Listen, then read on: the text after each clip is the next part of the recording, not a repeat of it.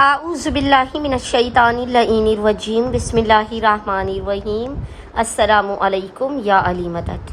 مومنین و مومنات کی خدمت میں خصوصی طور پر امام علی زین العابدین علیہ السلام اور زمانے کے امام اجل اللہ تعالی فرجہ شریف کی بارگاہ میں امام محمد باقر علیہ السلام کی امام پنجم کی شہادت کی بے پناہ تعزیت پیش کرتے ہیں۔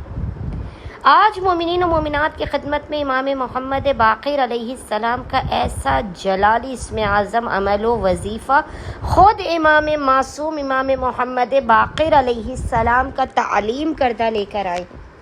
کہ امام محمد باقر علیہ السلام فرماتے ہیں کہ یہ وہ عمل و وظیفہ ہے کہ کسی بھی غافل کو،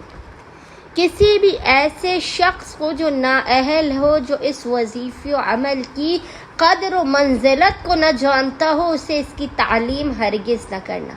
یہ وہ وظیفہ عمل امام کا تعلیم کردہ کہ امام فرماتے ہیں کہ اگر لوگوں کو اس عمل کی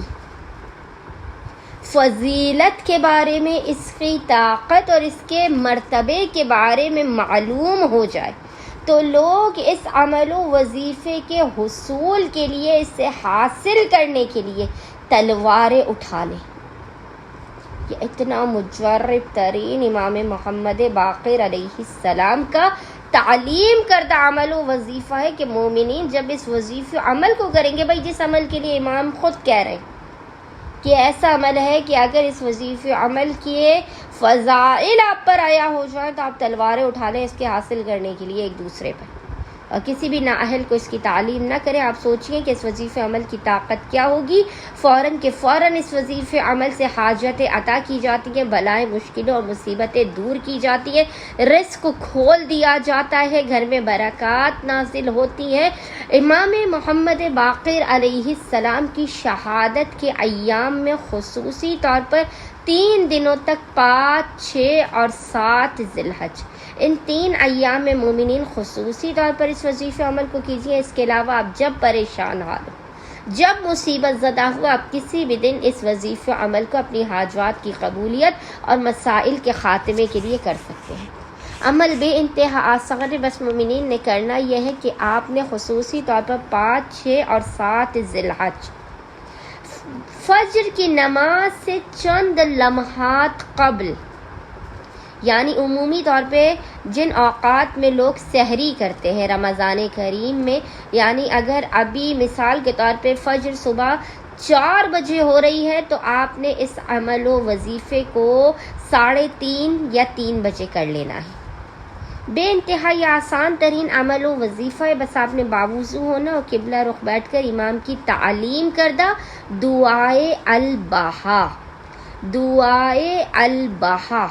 یاد رکھیے گا۔ دعائے البہا یہ آپ کو مفاتیح الجناح میں، کسی بھی آپ کو